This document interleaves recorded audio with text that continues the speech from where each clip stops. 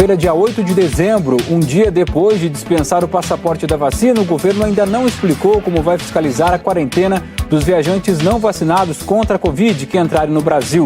O surto de gripe no Rio de Janeiro, um polo de atendimento foi montado para tentar reduzir as filas nos postos de saúde. 8 suspeitos de integrar uma quadrilha de roubo a bancos morreram no confronto com a polícia em Goiás. E ainda uma estudante da UNB faz uma maratona virtual para encontrar a dona de uma carteira com R$6 mil. É agora no Brasil TV.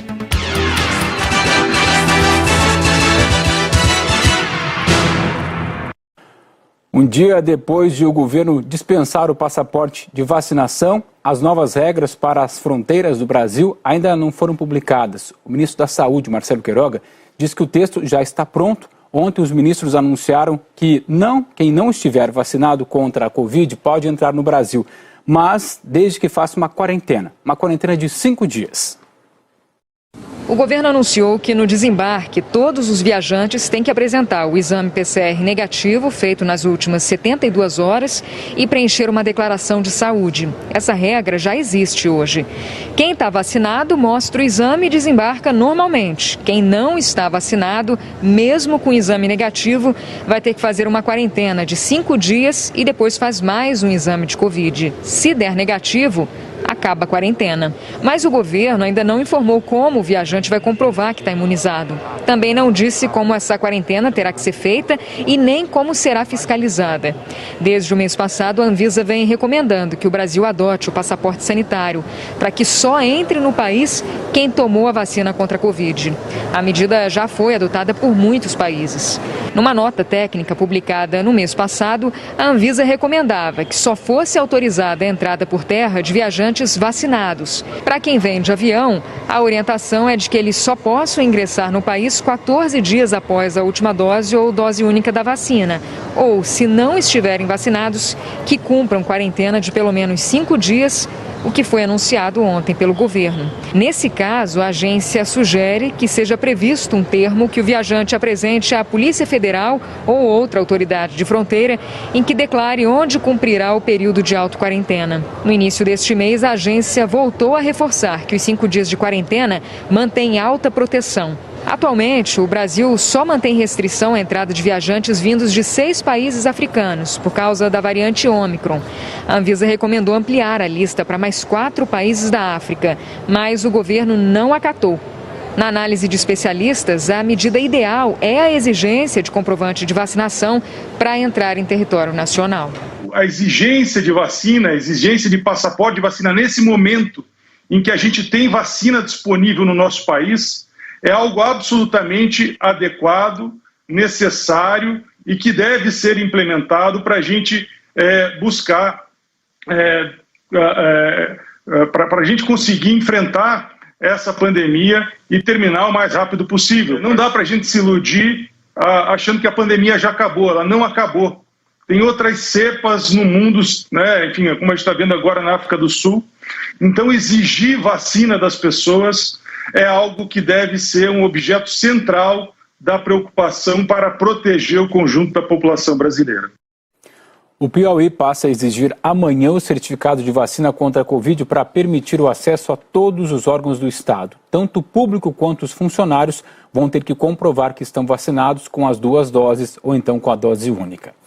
Agora a gente conta que no Rio de Janeiro foi inaugurado hoje um polo de atendimento municipal para as pessoas com sintomas de gripe, isso no Complexo do Alemão. É que a cidade está enfrentando um surto de influenza. O primeiro polo de atendimento e testagem da gripe montado pela Prefeitura começou a funcionar por volta das 7 horas da manhã e rapidamente os pacientes começaram a chegar. Está tendo muita dificuldade de atendimento nos postos, na clínica da família, porque está super lotado no ZU. Aí eu evitei atendimento, aí quando eu soube aqui ontem, já vim aqui hoje logo pela manhã para o primeiro atendimento. Esse modelo já foi usado no surto de H1N1 em 2009 e serviu para desafogar as unidades de saúde. Esse polo tem capacidade de atender 1.000 pessoas.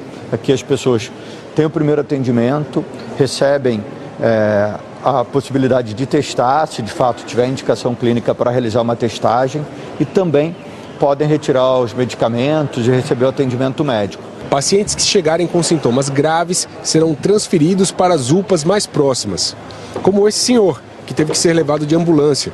A Secretaria Municipal de Saúde estima que a rede municipal está atendendo 4 vezes mais pacientes do que o normal. A Prefeitura planeja abrir nos próximos dias mais 4 polos de atendimento e testagem como esses, todos funcionando das 7 da manhã até as 7 da noite, inclusive nos finais de semana. E aqui no Alemão, o resultado foi imediato. Foram 130 atendimentos na primeira hora. Tá com febre, espirrando muito, tossindo. É a primeira vez que vocês tentam atendimento? É, a primeira vez. Quanto tempo demorou mais ou menos? Não, foi rápido. Foi rápido, né? Foi. Não, que bom que foi aqui. É, que bom que foi aqui, né? Que eu fui no postinho, aí mandaram vir pra cá.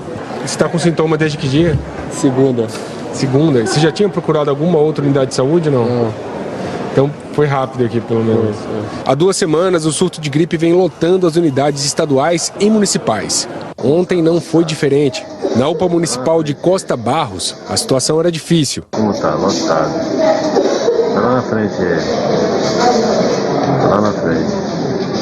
Agora ser chamado aí. Vamos ver aí. Ok? No SER Centro, mais espera por atendimento. Tá muito cheio aqui, tá demorando 5, 6 horas o exame de sangue. Aí eu vou para outro hospital. Mesma situação na SER Leblon. Ele está na emergência aqui, sem internar, sem tomar medicação.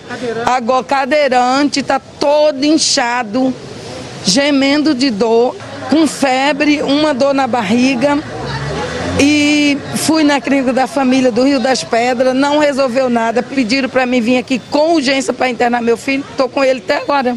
O menino já está 3 semanas com dor de cabeça que não passa, eu não sei mais o que dá, não sei mais o que fazer. Nas unidades estaduais, o problema se repete. Na UPA estadual de Ricardo de Albuquerque, também teve lotação. Cheguei por volta de 1h58, só fui atendida às 16h11, e isso porque eu peguei a receita para comprar o remédio. Na rede estadual, os atendimentos aumentaram a partir do dia 22 de novembro. Na semana de 15 a 20 de novembro, a média foi de 173 pessoas por dia.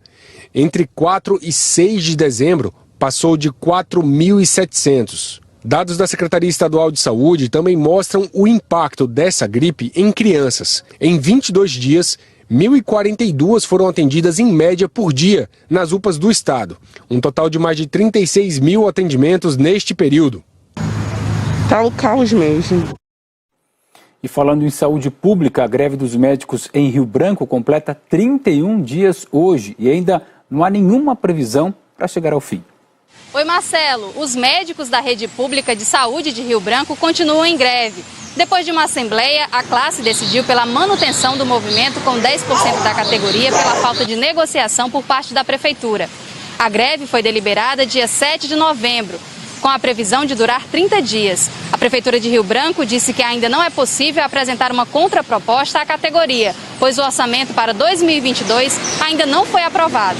Enquanto não existe acordo, a população continua prejudicada. Cerca de 8 unidades de saúde ainda estão com os atendimentos prejudicados por conta da greve. Marcelo. Em Goiás, uma operação policial contra o chamado Novo Cangaço terminou com a morte de 8 suspeitos. Fábio Castro. Olá, Marcelo. Olá a todos. Segundo a Polícia Militar, o confronto foi nesta madrugada. Os suspeitos estavam numa chácara na cidade de Araçu, que fica na região central do estado, a cerca de 70 quilômetros de Goiânia. Os policiais disseram que foram recebidos a tiros e que revidaram. Os 8 suspeitos que estavam na casa morreram. No local, a polícia encontrou 10 armas, munição, rádios comunicadores, explosivos e aparelhos celulares. Os investigadores afirmam que os suspeitos já tinham feito um levantamento da região e planejavam assaltar uma agência bancária, numa ação conhecida como Novo Cangaço, que é quando criminosos tomam o controle de uma cidade para roubar. O Ministério Público de Goiás disse que vai acompanhar o caso. A polícia informou que as investigações continuam. É com você, Marcelo. Moradores do Rio estão assustados com o aumento dos furtos. Os bandidos estão levando cabos, tampas de banheiro, portão de ferro e até a tubulação de gás. Tampa de bueiro, na verdade, né? Bueiro. E até a tubulação de gás. E aí que mora o perigo, porque eles acabam furtando o cobre e o gás fica vazando por horas. 4,5 metros de tubulação de gás furtada hoje, às 5 da manhã, desse prédio em São Cristóvão. Meu filho também escutou, ele acordou e falou assim, ladrão, sai daí, sai ladrão. Aí quando eu abri a janela, eu vi ele correndo, saindo pelo portão. 2 dias antes, outro furto. O criminoso passou por essa cerca e levou a tubulação ao lado. Um cano com mais de 4 metros. O vazamento durou cerca de 8 horas e o marido da síndica chegou a passar mal com o cheiro do gás. A gente fica sem gás, tem o prejuízo do encanamento que tem que ser substituído, tem o gás que fica vazando, que a conta tem que ser paga e ficamos à mercê da bandidagem. Na Tijuca, um bandido foi flagrado durante a madrugada escalando um prédio e tentando arrancar a calha de água do edifício. Ele conseguiu. No dia seguinte, o criminoso voltou e levou um cano de gás de aproximadamente 8 metros. Passei algumas noites acordada, tomando conta da casa. Ia lá na frente, olhava para ver se tinha alguém entrando. Fiquei assustada. Na Zona Sul, Botafogo também vem sofrendo com as novas modalidades de furtos. Na rua Dona Mariana, esse prédio teve as portas de alumínio do quadro de energia levadas por assaltantes em outubro. No início do mês, foi a vez da tubulação de gás. Isso causou um vazamento de gás de quase 2 horas. Desespero na rua, um cheiro fortíssimo de gás, risco de intoxicação, risco de explosão. Virou rotina. Rua Dona Mariana, Mena Barreto, aqui na Travessa Pepe, tentaram levar a tubulação de gás dessa casa, mas não conseguiram arrancar o cano da parede. Já essa escola municipal em frente à residência não teve a mesma sorte. O furto dos canos no colégio aconteceu no mês passado e deixou os alunos sem almoço por um dia. Esse foi um cano que foi roubado, de um lado. E desse outro lado aqui também, ó. Na mesma travessa, esse prédio teve os canos de gás furtados 2 vezes. Os moradores mandaram instalar uma cerca de segurança. Sempre que isso acontece, tem o risco da explosão. Além do transtorno de ficar sem gás 1 semana, porque uma equipe fecha, demora para outra equipe vir ligar. A fornecedora de gás disse que esteve nos locais onde os canos foram furtados e, por medida de segurança, interrompeu temporariamente o fornecimento de gás e que também orientou os clientes a fazerem um boletim de ocorrência. A Torre mandou um técnico deles aqui e o mesmo informou que isso estava muito corriqueiro aqui no Rio. Que agora parece que a nova moda é furtar cano de cobre das instalações de gás. E tudo isso para venda de ferro velho. Que absurdo, né? A Polícia Militar do Rio informou que combate o furto de diversos tipos de materiais públicos ou privados. A PM diz que tem analisado as regiões onde os crimes mais acontecem para que as equipes sejam distribuídas de maneira correta nas ruas. A Polícia Civil declarou que está investigando os casos de furtos e que não há indícios de que os crimes tenham sido cometidos por uma quadrilha. Vamos falar agora lá em Porto Alegre, porque o julgamento do caso da Boate Kiss chegou ao 8º dia, último dia de depoimentos das testemunhas. As informações com o Thiago Guedes. Mais 4 pessoas foram ouvidas hoje no júri da Boate Kiss, aqui em Porto Alegre, que entrou no 8º dia. A primeira pessoa a ser ouvida foi o ex-prefeito de Santa Maria e atual secretário aqui da Prefeitura de Porto Alegre, César Schirmer. Os outros depoimentos foram à tarde. E o último foi o do promotor de justiça, Ricardo Loza. Foi esse promotor que fez o termo de ajustamento de conduta da Boate Kiss, porque o som vazava e incomodava os vizinhos. Por isso também foi feita a reforma na Boate Kiss. Com esse depoimento, encerrou a fase em que 28 pessoas foram ouvidas na condição de informante, testemunha ou sobrevivente. A próxima etapa agora é o interrogatório dos 4 réus, Elisandro Spor e Mauro Hoffman, sócios da Boate Kiss, e também os integrantes da banda que tocava na madrugada de 27 de janeiro de 2013, Luciano Bolinha Leão e Marcelo Jesus dos Santos. As vítimas do desabamento de 2 prédios em Belo Horizonte, nós mostramos aqui, foram enterradas hoje. A bebê Antonella de Melo Santos, de 1 ano e 8 meses, e André Luiz Alves Claudino, de 35 anos, estavam em um dos prédios que caíram ontem de madrugada, no bairro Jaqueline, em BH. A família ainda não sabe como retirar os escombros que sobraram dos 2 prédios. Além da dor pelas 2 vítimas, diz que falta condição para pagar os custos. Isso é uma tragédia que aconteceu, pode acontecer com qualquer pessoa. Entendeu? E é momento, é de ajudar, não é de criticar. É apoio. A gente não tem condições de retirar isso aqui. Sabe o que é uma família perder tudo? A gente perdeu tudo. Hoje, a Defesa Civil voltou à Rua Gonçalo de Souza Barros para orientar os moradores que entraram para retirar pertences. O que sobrou do primeiro andar está interditado, porque há risco para quem voltar ao local. O desabamento aconteceu ontem de madrugada. O prédio de 4 andares estava inacabado e não havia ninguém dentro. No outro, 5 pessoas que estavam no andar de baixo saíram sem ferimentos. Uma delas foi a Cláudia. Nós moramos aqui há 48 anos. Eu nasci aqui, então minha mãe mora aqui há uns 50 anos. Minha casa embaixo, da minha irmã em cima e um terraço. Não estávamos em reforma. Aqui já estava construído. Vocês podem ir na prefeitura, que pode ver que a prefeitura teve aqui. Tem posto da oficina, tem posto da loja que eu trabalhava e tem posto da minha casa. No segundo pavimento havia 5 pessoas, todas da mesma família. 2 foram socorridas antes da chegada dos bombeiros. As outras 3 ficaram debaixo dos escombros. Antonella de Melo Santos, de 1 ano e 8 meses, foi encontrada sem vida. A mãe dela, Caroline Melo, de 23 anos, estava consciente quando foi salva pelos bombeiros pouco depois. A última vítima encontrada foi André Luiz Alves Claudino, de 35 anos, companheiro da avó da criança. Ele também morreu. André trabalhava em uma loja de autopeças em Santa Luzia, também era vocalista de uma banda de pagode e estava retomando a agenda de shows. A Prefeitura de Belo Horizonte disse que prestou apoio aos moradores e que as famílias estão acolhidas na casa de parentes. Informou ainda que o imóvel era irregular, ou seja, não tinha projeto aprovado ou baixa de construção. Apesar da chuva constante, ainda não dá para dizer se essa foi a causa do desabamento. Não chovia na hora. Uma das hipóteses é de que havia algum problema na estrutura das edificações, segundo o Corpo de Bombeiros e a Defesa Civil. A Polícia Civil fez perícia nos imóveis e o resultado do laudo, que ainda é aguardado, pode ajudar a determinar a causa da queda. O Conselho Regional de Engenharia e Agronomia disse que esteve no local do desabamento para identificar os responsáveis pelos imóveis. Um dos 2 prédios que desabaram, aquele que estava inabitado, apresentava sinais de que se tratava de uma obra sem conclusão. Nós não localizamos nenhum registro de responsabilidade técnica referente a essa construção. Isso pode indicar que se tratava de uma obra irregular. Confirmada essa hipótese, o proprietário será autuado por exercício ilegal da profissão da engenharia. Agora uma história com final feliz. Os bombeiros localizaram com vida a mulher e 2 crianças que desapareceram ontem numa enxurrada na região de Parelheiros, que fica na zona sul de São Paulo.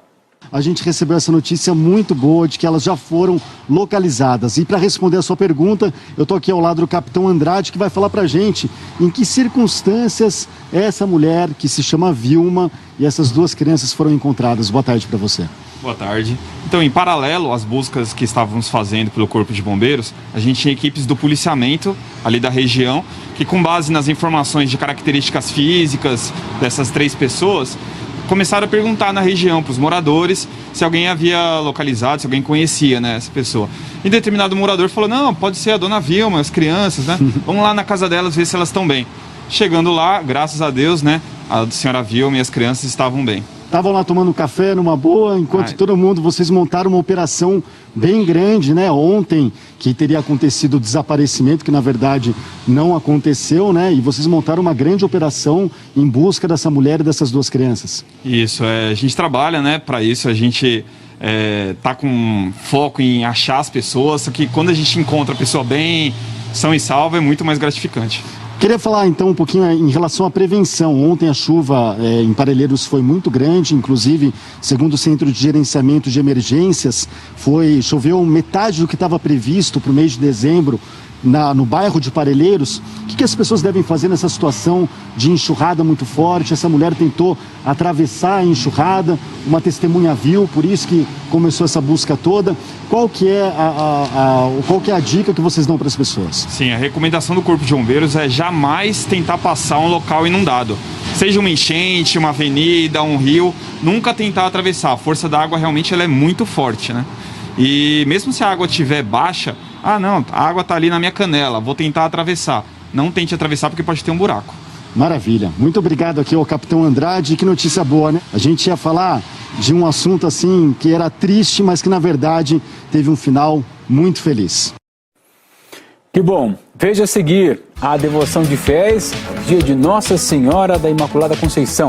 E ainda uma estudante da UNB fez uma maratona virtual para encontrar a dona de uma carteira e dentro da carteira tinha R$6.000.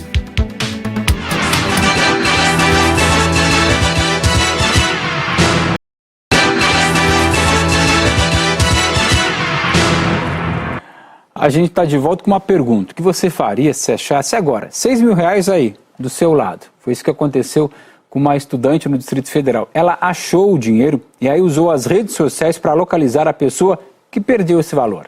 Você já achou dinheiro na rua alguma vez? Já achei algumas vezes, tipo assim, para esses pequenos valores, tipo R$2, moeda, assim, que é dinheiro, né? Sim, de vez em quando eu acho, mas eu acho muita coisa, tipo celular, né? Às vezes carteira com documento. O senhor já achou dinheiro na rua alguma vez? Já. Era muito dinheiro? Pouco. Pouco dinheiro. O que o senhor se lembra de ter feito? Bom, como era pouco, né, então não tinha ninguém, o proprietário por perto, né, então eu tomei posse do dinheiro. Compra um cafezinho, uma coisa. Fiz um lanche, né?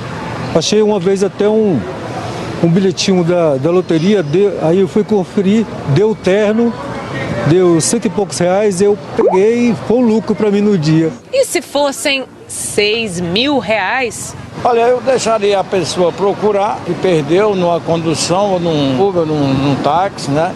E devolveria. Mas aí você tem que deixar a pessoa procurar. Eu não ia perguntar quem perdeu, né? Porque aí vai aparecer um montão de gente que realmente não é daquela pessoa, não é isso? Quem anda com R$6.000 na rua é porque está precisando de muito dinheiro para pagar alguma coisa. Eu teria que fazer isso, tinha que devolver. Comprar um presente de Natal. Não é da minha índole. Encontrar R$6.000 no ônibus parece até coisa de filme, mas aconteceu com uma estudante da UNB. Ela estava em um ônibus a caminho da Asa Norte quando viu que do lado dela tinha uma carteira com esse valor. E dentro da carteira não tinha nenhum documento pessoal do dono. Quando eu estava prestes a descer, eu vi uma carteira no chão. Aí eu peguei a carteira, desci do ônibus para tentar ver se eu via alguém vindo atrás do ônibus, alguém procurando ela. Mas como estava chovendo e ninguém parecia estar à procura dela, eu vim para casa. Só que essa procura não foi fácil. Sem os documentos pessoais, só com os cartões de crédito, foi como buscar uma agulha no palheiro. Ela só conseguiu com a ajuda dos pais, nas redes sociais. Consegui achar ela através do Facebook. E aí marquei para devolver. Daí a Odara chegou até a Ivone e foi a própria Odara que gravou esse vídeo dela. A Ivone conta que o dinheiro realmente faria toda a diferença para a família dela. Eu tava vindo pagar uma fatura da minha mãe no Carrefour.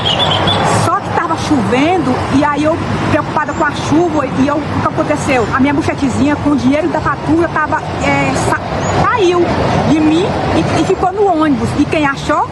Ela. Apesar de eu estar conhecendo ela hoje, a pessoa super honesta, eu nem acreditei quando ela falou que era para me vir aqui me contar com ela para pegar as minhas coisas. Eu nem acreditei. Mas Deus é bom, Deus é maravilhoso. E o que eu vou fazer por ela agora é estar orando por ela.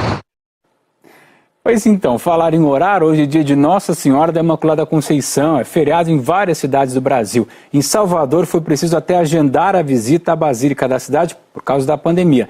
Quem nos conta? Wanderson Nascimento. Quarta-feira marcada pela retomada, pelo reencontro dos baianos com a fé, com a devoção a Nossa Senhora da Conceição, padroeira da Bahia, aqui na Basílica de Nossa Senhora da Conceição da Praia, que celebra também 75 anos que deixou de ser igreja para virar uma basílica e 50 anos que Nossa Senhora da Conceição é padroeira dos baianos. O ápice dessa festa foi às 9h30 da manhã, com a missa celebrada pelo arcebispo de Salvador e primaz do Brasil, Dom Sérgio da Rocha, e depois a carreata. A imagem saiu aqui da Basílica em direção ao Senhor do Bonfim, um dia marcado pela emoção e pela fé dos baianos. A retomada aos pouquinhos, aqui na capital baiana, mais de 80% da população já está vacinada com as 2 doses, por isso teve essa retomada agora em 2021. Wanderson Nascimento, de Salvador. O Brasil TV fica por aqui, o Jornal Nacional começa às 8h30, pelo horário de Brasília. Boa noite para você e até amanhã.